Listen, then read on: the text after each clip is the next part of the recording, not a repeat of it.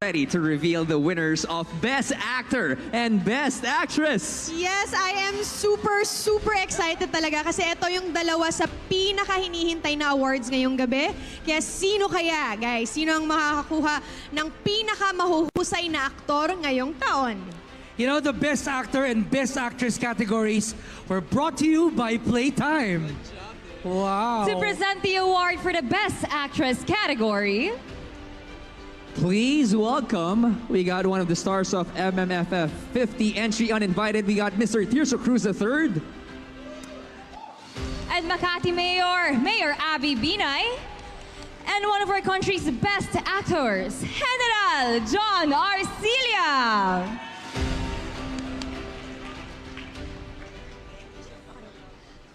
Magandang gabi po at naway naging masaya ang inyong Pasko. Napakaswerte ko at ako'y naging isang presenter ng Best Actor Award at mas maswerteng ako ay kasama ng dalawang Best Actor naman talaga. Maraming salamat po. Masaya rin po ako na makasama ang isa sa mga mahuhusay na mayor ng ating bansang Pilipinas. Alam niyo po, Mayor, sa kasaysayan ng MMFF, ang aking kaibigang si Mr. Christopher De Leon ang may pinakamaraming panalo sa MMFF Best Actor with a total of 7 wins. At ngayon, sino naman kaya ang tatawaging Golden Boy or hihirangin bilang Best Actor ng MMFF 50? Ito po ang mga nominado. And the breadwinner is Vice Ganda. Hindi ibig sabihin ng panghinga kasi hindi ko na alam dahil ang tagal ko nang hindi ginagawa yun. Ang tagal ko nang hindi nararanasan yun.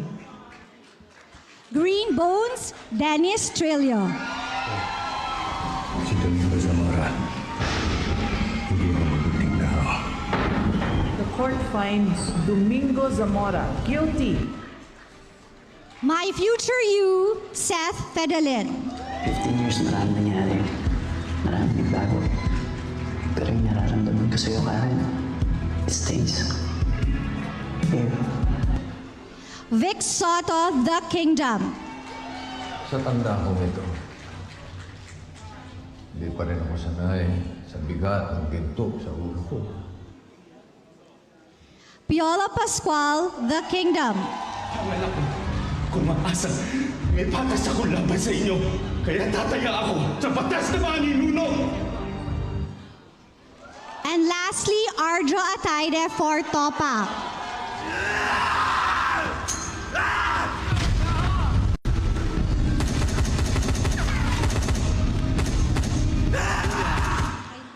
At ang pinakamahusay na aktor para sa 50th edition ng MMFF ay si...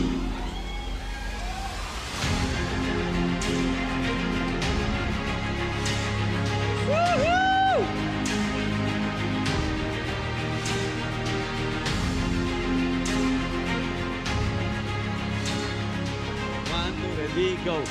Dennis Trillo! Green Bone.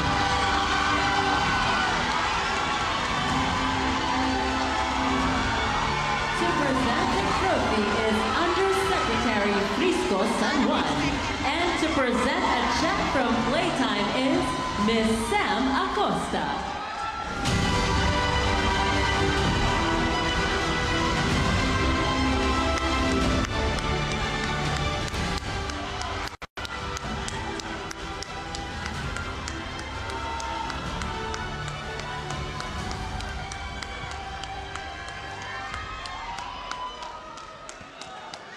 Congratulations.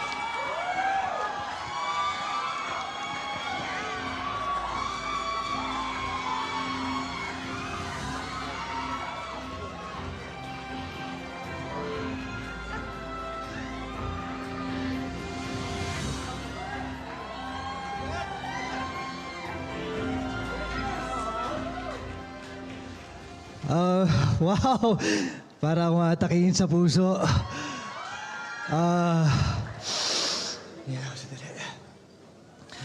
Maraming salamat po dito sa karangalan na ito. Isang napakalaking karangalan na tumanggap ng isang napaka-special na parangal sa harap ninyong lahat. Lagi ko pong sinasabi na ngayong araw ng Kapaskuhan, ayoko na pong magpa-stress sa pakikipagkompetensya o pakikipagpagalingan sa kahit kanino man. Dahil pakiramdam namin, panalo na kami nung naipasok pa lang sa 10 entries dito sa 50th anniversary ng Metro Manila Film Fest, ang Green Bones. Kaya palakpakan po natin ang mga sarili natin. Winners tayong lahat. Maraming salamat sa MMFF, sa MMDA, sa lahat ng mga nagdesisyon para mabigay ang mga parangal nito ngayong gabi. Maraming salamat po sa aking sa mga taong naniniwala sa akin, sa GMA Films, Miss Annette Gozon, Miss Neza, Sir Ricky Lee, JC Rubio, Anja Tienza na nanalong Best Screenplay, sa aming Director, Direk Zig Dulay, maraming salamat sa tiwalang binigay niyo sa akin. Sa lahat ng sumusuporta sa akin, sa aking #1 supporter, nandun po ang aking asawa, si Miss Jeheline Mercado. Maraming salamat, tinaalay ko to, ang award na to sa aking pamilya, kung sila po at talagang nag-i-inspire sa akin para pagbutihin itong ginagawa ko na to, na i-maximize lahat ng opportunity na binibigay sa akin. Maraming salamat po, hindi ko makakalimutan to. Maraming salamat po sa inyong lahat. Thank you! Mabuhay ang pelikulang Pilipino!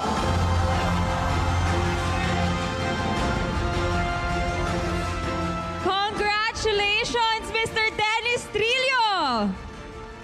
To present the award for the Best Actress category, here are former MMDA and MMFF Chairman, Senator Francis Tolentino. He will be joined by Malabon Mayor Jeannie Sandoval. And one of the lead stars of the MMFF 50 entry uninvited, we got Mr. Aga Mulak.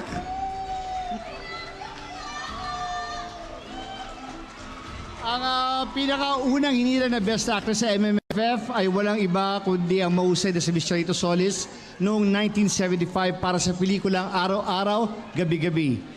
Ang most recent winner naman last year, 2023, ay aking kasama sa pelikula ngayon to na uninvited. Of course, babasahin ko po ba to? Star for all seasons, Miss Vilma Santos Recto. Yan naman para sa pelikulang When I Met You in Tokyo. Sa kasaysayan ng MMFF, ang ating superstar and national artist for film, Miss Nora Honor, ang nakapagtala ng pinakamaraming Best Actress win sa MMFF with a total of 8. Sino naman kaya ang Golden Girl at tatanghaling MMFF 50 Best Actress winner? Here are the nominees. Espantao, Judy Ann Santos.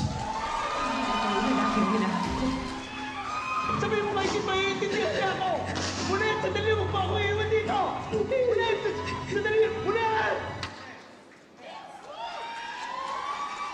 Aisel Santos, Isang Himala.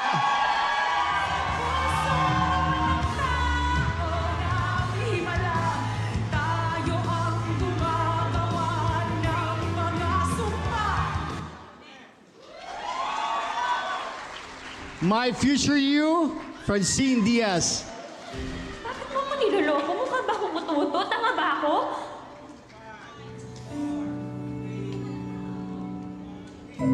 Okay. Jade De Leon, Strange Frequencies, Taiwan Killer Hospital.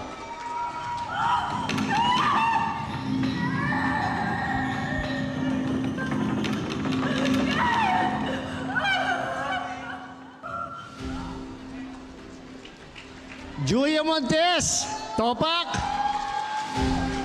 Ano ba? Di ba sinabihan na kita? Huwag ka nang babalik doon. Paano kami nangyari sa'yo? Paano kung napatay ka? Miss Vilma Santos for uninvited.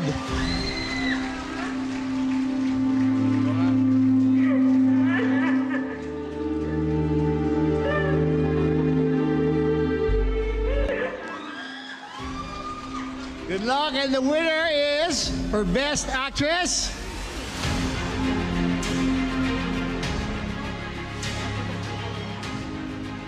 Judy Ann Santos. Espantajo. To present the trophy is John Arcilla. And to present a check from Playtime is Miss Sam Acosta. Pera pa rin to. Diyan ka lang.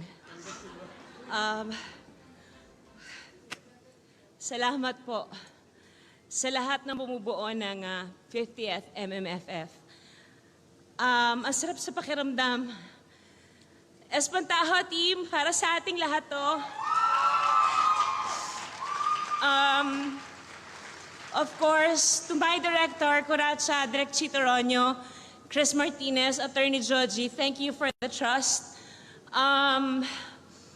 Hindi ko magagawa itong trabahong to. Sandali, nabother ako sa malaking pera nasa. Sayang naman ang gown ko.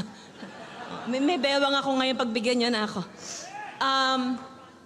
Of course, to my nanay LT, Tita Chanda, sa aking anak dito, si Kian, this wouldn't be possible if it weren't for your great support. Acting is reacting.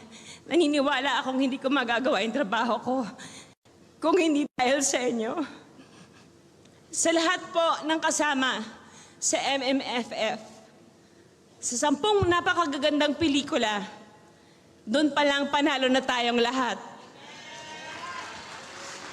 Of course, this award is for my inspiration, my life, my rock, my husband Ryan, to my 3 beautiful babies, Johan, Lucha, and Luna, to my mom, my brother, and my sister, and to dear Lord, thank you po. Hindi ko naisip na makakarating ako ulit dito.